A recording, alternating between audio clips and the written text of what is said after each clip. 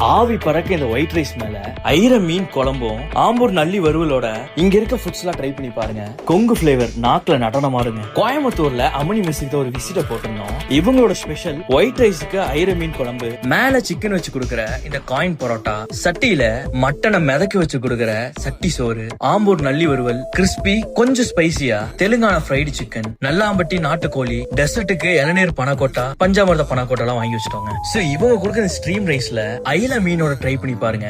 Light sweet ஸ்பைசியோட perfect மேட்சா இருக்கும். So நான் நல்லியோட ட்ரை பண்ணி பார்த்தேன். இந்த வாழை இலையில வஞ்சிரம் மீன்ல இந்த ஒயிட் ரைஸோட அந்த மீனோட தொக்கு வச்சு சாப்பிட்டு பாருங்க. செம்ம மேட்டரா இருக்கும். இந்த தெலுங்கானா ஃப்ரைடு சிக்கன் செம்ம இம்ப்ரெஸ் பண்ணுச்சு. ஃபார் ஷோர் நாக்குல வச்ச உடனே கரைஞ்சிருங்க. சட்டி சோறுமே ஒரு மீடியம் ஸ்பைஸ்ல கோயம்புத்தூர் பீப்புள்ஸ் பிடிச்ச மாதிரி நல்ல மட்டன் பீசஸோட இனஃபா இருக்கும். சோ டெசர்ட்டுக்கு இளநீர் பனக்கொட்டாவும் பஞ்சாமிர்தம் பனக்கொட்டாவும் ட்ரை பண்ணி பாருங்க.